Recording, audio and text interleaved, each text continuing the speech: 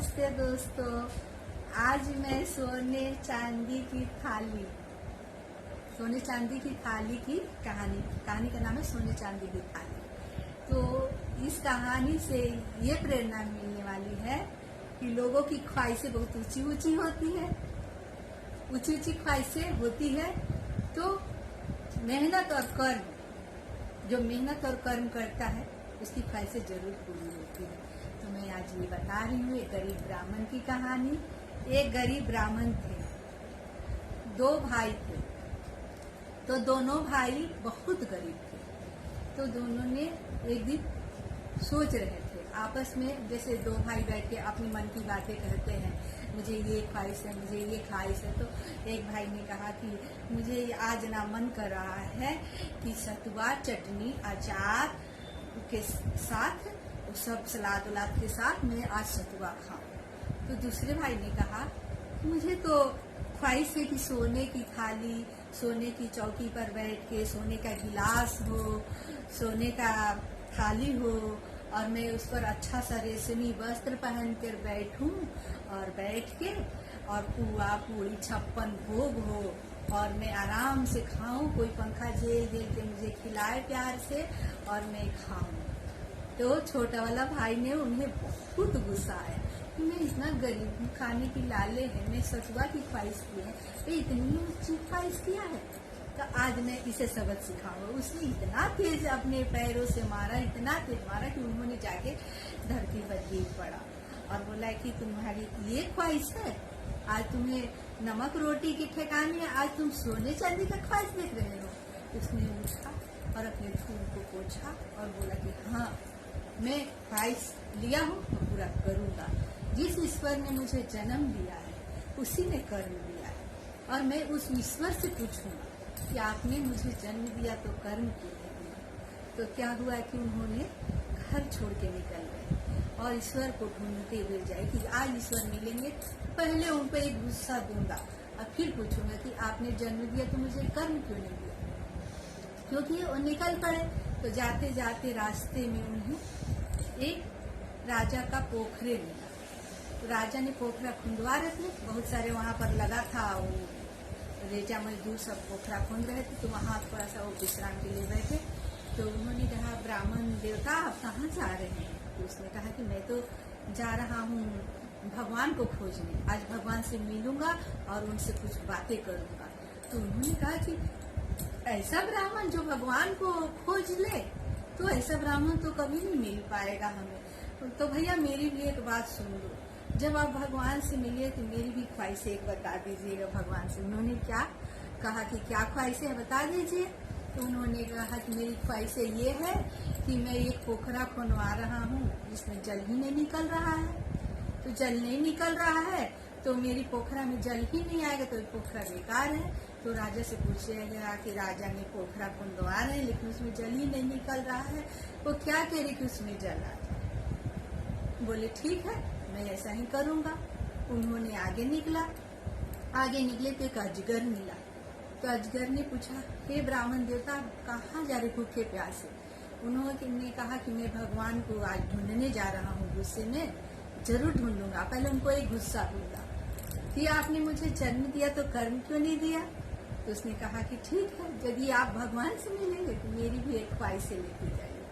कहा क्या ख्वाहिश है आपकी। तो बोले ये एक अजगर है 100 साल पुराना और न चल पा रहा न फिर पा रहा है और पड़े रहता है, उसकी मुक्ति कब मिलेगी, ये भगवान उसकी मुक्ति का कारण बताए।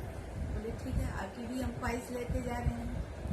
फिर कुछ दूर चले तो थोड़ा सा छांव में बैठने के लिए गए, एक आम का पेड़ था वहां बैठे। तो आम के पेड़ ने कहा कि हे ब्राह्मण देवता आप कहाँ जा रहे हैं। तो उन्होंने कहा कि मैं आज भगवान को खोजने जा रहा हूँ और भगवान से मिलके ही रहूंगा, ऐसे हम नहीं लौटने वाले हैं, जब तक भगवान ना मिले तब तक मैं नहीं लौटूंगा। मैं आज प्रण कर लिया हूँ, जब तक भगवान नहीं मिलेंगे, मुझसे बातें नहीं करेंगे, मेरी ख्वाहिशों को नहीं सुनेंगे, तब तक मैं खाना भी नहीं खाऊंगा और मैं भगवान को खोज के ही रहूंगा। तो उन्होंने कहा कि मेरी भी एक ख्वाहिश लेते जाइए, भगवान जब मिलेंगे आपसे तो मेरी भी एक ख्वाहिश ले लीजिए। ऐसा कौन होगा जो भगवान को ढूंढेगा। बोले ढूंढेगा क्यों नहीं, ढूंढेगा जरूर ढूंढेगा, जब मन में ठान लिए हम अपने तो ढूंढते ही रहूंगा। तो कहा ठीक है, मेरी भी ख्वाहिशें लेके जाइए। उन्होंने कहा ठीक है। तो क्या ख्वाहिशें है? तो मेरे तो फल बहुत आते हैं, बहुत सुंदर भी फल दिखते हैं, पक भी जाते हैं, लेकिन जब फल गिरते हैं लोगों ने तोड़ते हैं खाने के लिए, तो फल क्या होता है, उसमें कीड़े दिखते हैं, बस फेंक देते हैं।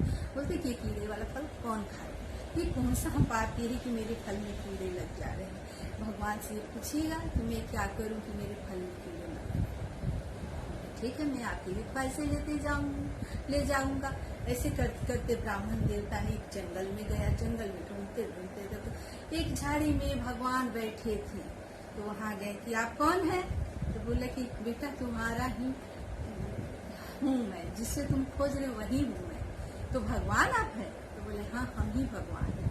बस उनको ये गुस्सा मारे और बोले कि आप भगवान हैं तो मुझे तो जन्म दिए इस धरती पर, तो कर्म क्यों नहीं दिए? यदि मुझे कर्म नहीं दे, मेरे ख्वाहिशों को पूरा करने की शक्ति नहीं दिए, तो मैं अपनी ख्वाहिशें कैसे पूरा कर सकूंगा? मेरा कर्म दीजिए। तो भगवान ने हंसे और बोले बेटा आज तो तुमने कर्म किया ही है। कर्म जब ठान लिया कि मैं आज भगवान को खोजूंगा, अपने कर्म को मांगूंगा, तो मेरा कर्म जरूर मिलेगा। तो आज तुमने कर्म को मान लिया और कर्म किया, मेहनत किया, तो आज मेरे पास आ गए हो तो तुम्हें हम कर्म बता रहे हैं, जाओ तुम्हारी ख्वाहिशें पूरी हो।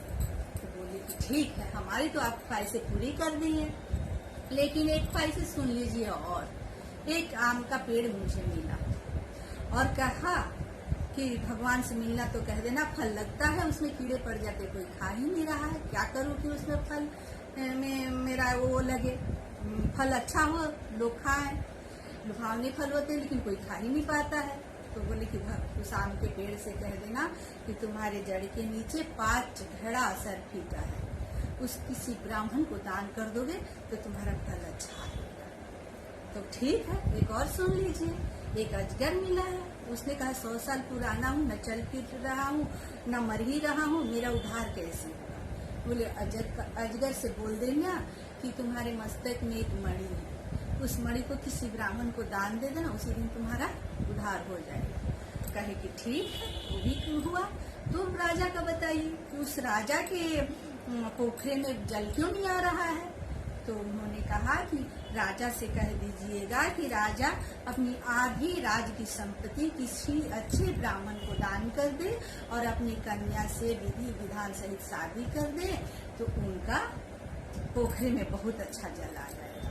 कहीं बहुत अच्छा है। तब तो निकले तो वैसे ही करते आए। आम के पेड़ से बोले, आम के पेड़ ने कहा आपसे अच्छा ब्राह्मण कहाँ मिलेगा भाई, आप ही को मैं दान कर देता हूँ 5 घड़ा सर की दे दी। उसके बाद से अजगर के पास आए तो अजगर से भी बोले, तो अजगर ने कहा कि आपसे अच्छा ब्राह्मण कहाँ मिलेगा, जिसने आप ब्राह्मण ने भगवान को खोज लिए, तो मैं आप ही को मणि दे देता हूँ। तो मणि उसने दे दिए ब्राह्मण देवता को। फिर आगे बढ़े तो राजा मिले, तो राजा से पूछे, तो राजा ने कहा कि आपसे अच्छा ब्राह्मण कहाँ मिलेगा कि मैं किसी को दूं। तो राजा से बोले कि आप अपना आधा राज्य पाट और अपनी कन्या से किसी ब्राह्मण का शादी कर दीजिए, तो आपका पोखरे में जल आ जाएगा। राजा ने कहा बहुत अच्छा, आपसे अच्छा ब्राह्मण कहाँ मिलेगा। तो उन्होंने क्या किया कि अपनी कन्या से विधि विधवात शादी करके और ब्राह्मण देवता से अपने आधा राज्य पाट दे दिए।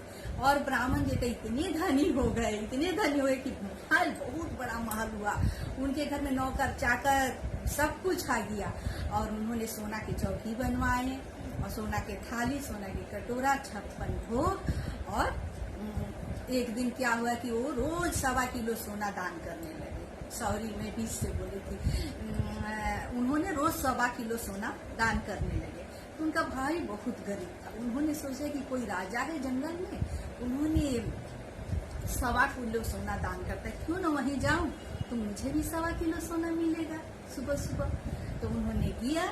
जब उन्होंने किया राजा के दरबार में, तो उनके मंत्री ने कहा कि कोई ब्राह्मण आए हैं, आज नए ब्राह्मण आए हैं दान के लिए। तो बोले ठीक है। देखे, दूर से देखे छत से, तो देखे तो उनका भाई ही है। बोले ठीक है, तो उस ब्राह्मण को ले जाओ, अच्छे से नहला धुला के ये धोती वोती पहना के फिर लाना। तो नहला धुला के धोती वोती पहना के लाए। तो क्या हुआ कि उसी तरह से उनके लिए सतुआ तैयार किए, चटनी, अचार, सलाद, सब कुछ, और अपने लिए सोने के चौकी, सोने की थाली, सोने के गिलास, 56 भोग और लेके आए और दोनों बैठे खाने के लिए। तो जो बेटा था वो सोचने लगा, भाई था जो सोचने लगा कि जो हम बचपन में अपने भाई से किए थे वही चीज आज क्यों हो रहा है, ये राजा हमारे साथ कुछ करेगा नहीं ना, डर गया। तो उन्होंने कहा कि अरे, तो बोला कि भैया आप बता सकते हैं कि आप कौन है? तो बोला कि मैं तुम्हारा भाई हूँ, जो तुमने मुझे मारा था इतने तेज कि मैं फेंका गया, और तुमने कहा कि तुम इतनी बड़ी ख्वाहिश पूरा करना चाहते हो। तुम्हारा ख्वाहिश जो ऊंची है, हम नमक रोटी के लिए आज तरस रहे हैं और तुम सोने की थाली में खाओगे। देखो मैं आज सोने की थाली में खा रहा हूँ। कर्म करने से इंसान जो चाहेगा वो पालेगा। कोई धनी अमीर नहीं होता। मेहनत के बल से, अपने भुजाओं के बल से, अपने दिमाग के बल से, अपने शारीरिक शक्ति के बल से, मनोबल के बल से इंसान ऊंची सीढ़ियों पर चढ़कर अपनी हर इच्छाओं को पूरा कर लेता है, हर ख्वाहिशों को पूरा कर लेता है। मंजिल मिलती है एक दिन, जैसे गरीब ब्राह्मण को मिली, उसी तरह सभी लोगों को मिलती है। इस कहानी से यही प्रेरणा मिलती है कि आप लग्न से जिस चीज को ठान लीजिए उस चीज को पाके ही रहेंगे, लेकिन ऐसा ठानिए बिना पाए हम चैन न लेंगे।